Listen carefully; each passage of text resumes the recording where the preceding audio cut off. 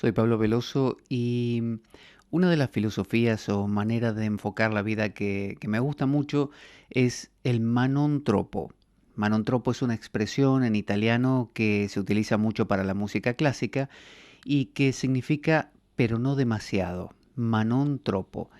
A veces cierto movimiento dentro de la música clásica es aclarado enseguida, por ejemplo, allegro, es decir, que es alegre ese estilo musical o esa pieza musical, ese es el tempo que tiene que tener.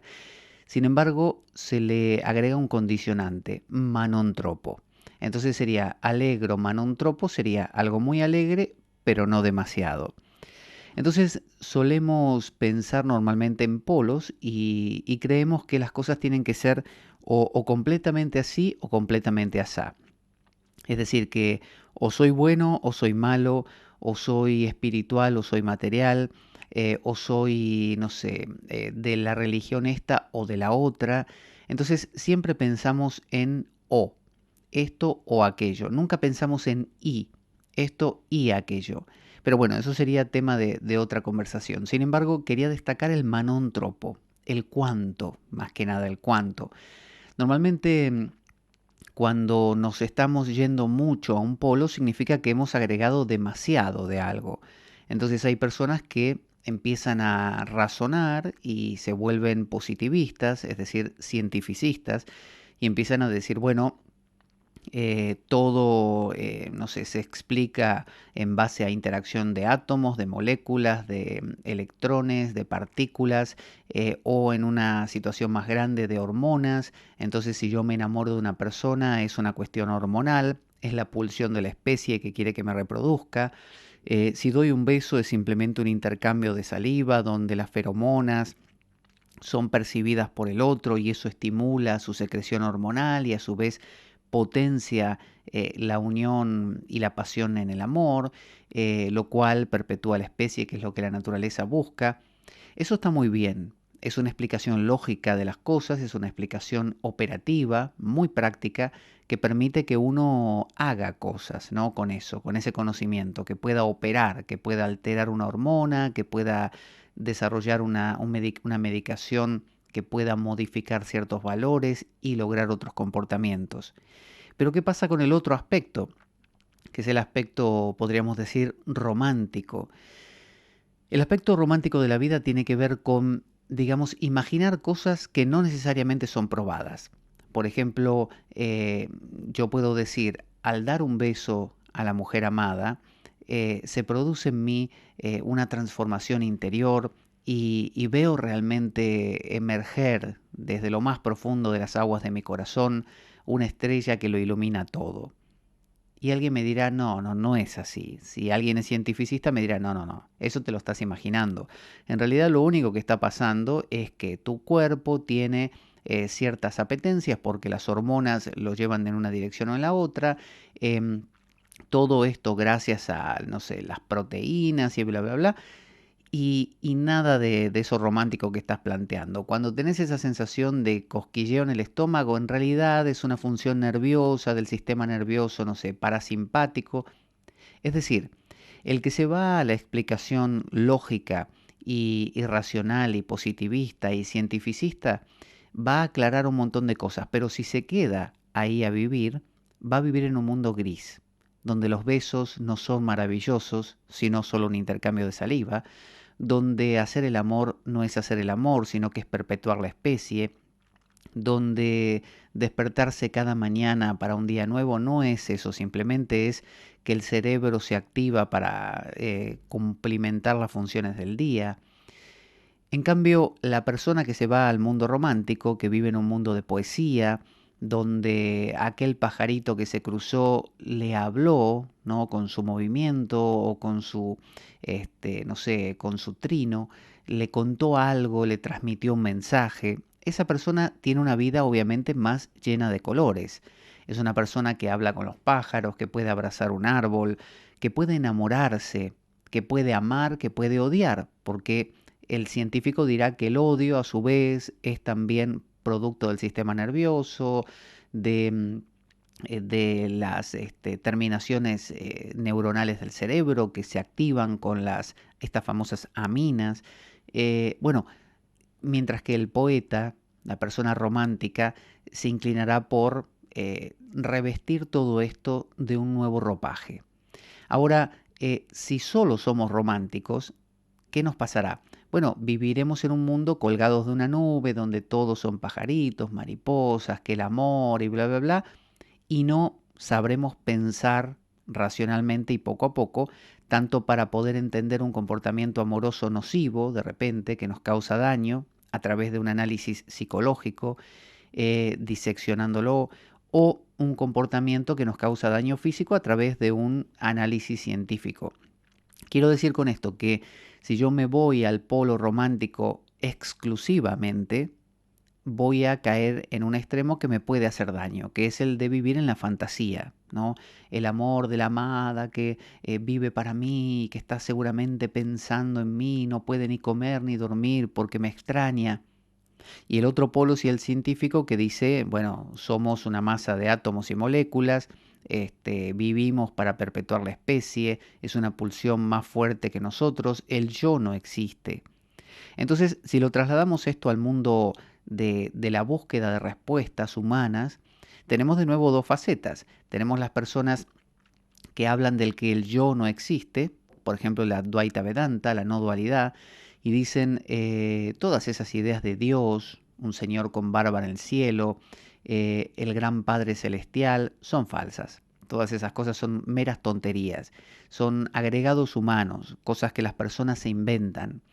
Como decía Vivekananda, si los búfalos crearan un dios, una imagen de Dios, lo crearían con cuernos seguramente y sumamente parecido a ellos, solo que un búfalo más poderoso, más bello, más de cuernos más grandes, es decir, lo mismo pero potenciado.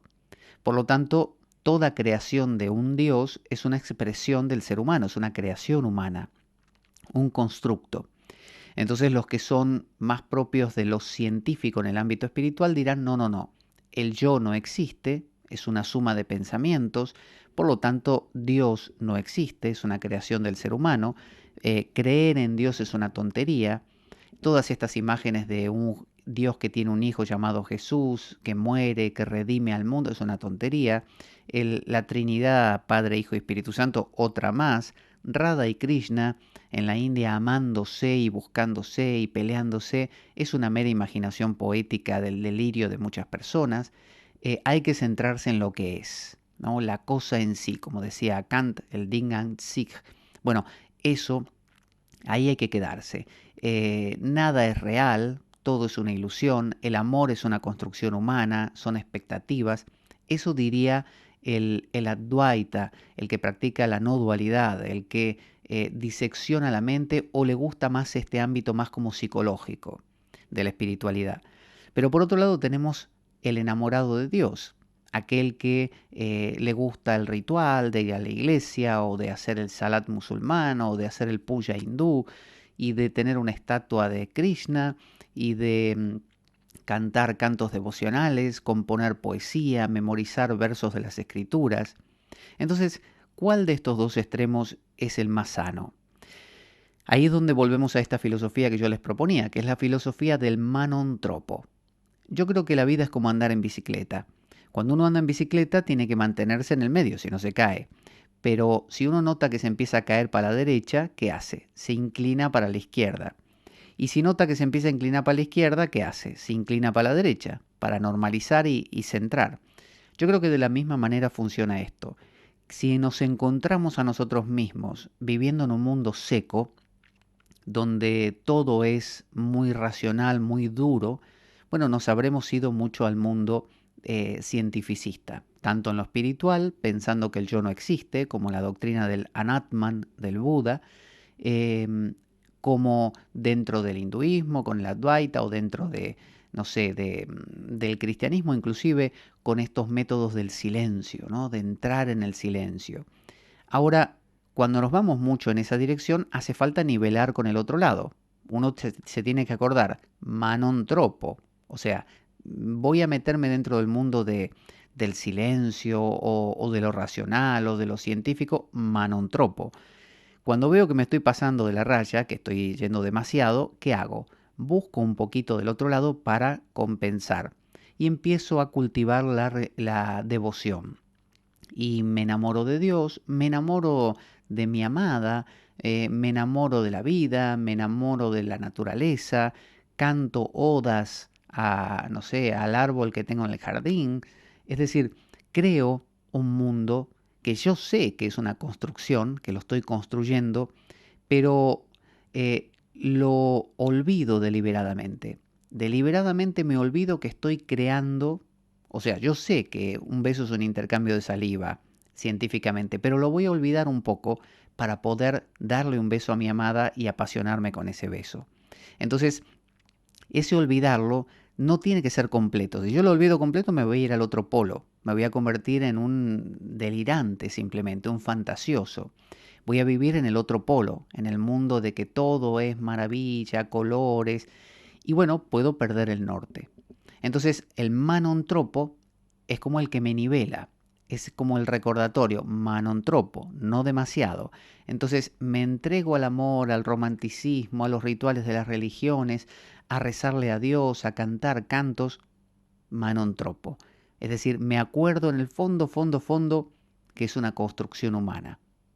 Y cuando me voy al otro polo, al polo científico, al polo concreto, donde el yo no existe y donde todo es ilusión, manontropo, me acuerdo, manontropo. No me meto demasiado, no del todo, que me quede una parte fuera, cosa de poder tener un contraste y recordar que no todo acaba en 2 más 2 4 o en hormonas y vitaminas y proteínas. No, no acaba ahí, hay más. El ser humano nunca se satisfizo solamente con explicaciones racionales, siempre buscó algo más. Todos los movimientos aún religiosos que procuraron volver a lo simple, volver a la esencia, al silencio, a lo rudimentario, a lo original, por así decirlo, a lo esencial, siempre necesitaron nuevamente tener un vuelco de expresión poético, religiosa, sentimental, porque el ser humano es eso también. Entonces, les propongo esto, recordemos, el manontropo. Cuando uno se esté metiendo demasiado en un polo, manontropo, recordar, manontropo, no tanto.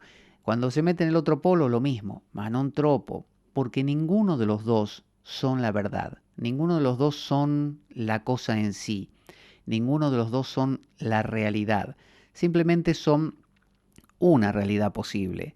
Entonces, cuando nos quedamos en una exclusivamente, empezamos a perdernos en ella y además perdemos lo que nos puede aportar el otro polo, que también es interesante. Entonces, saber nivelar, ni irnos a la devoción colgado de una nube o al amor por una persona como si fuera el romanticismo fantasioso, ni tampoco irnos a un cientificismo acérrimo y duro, donde las cosas son concretas y son esto o aquello, no hay punto medio, no hay vuelta. Entonces recordemos, manontropo, para pensarlo. Hasta la próxima.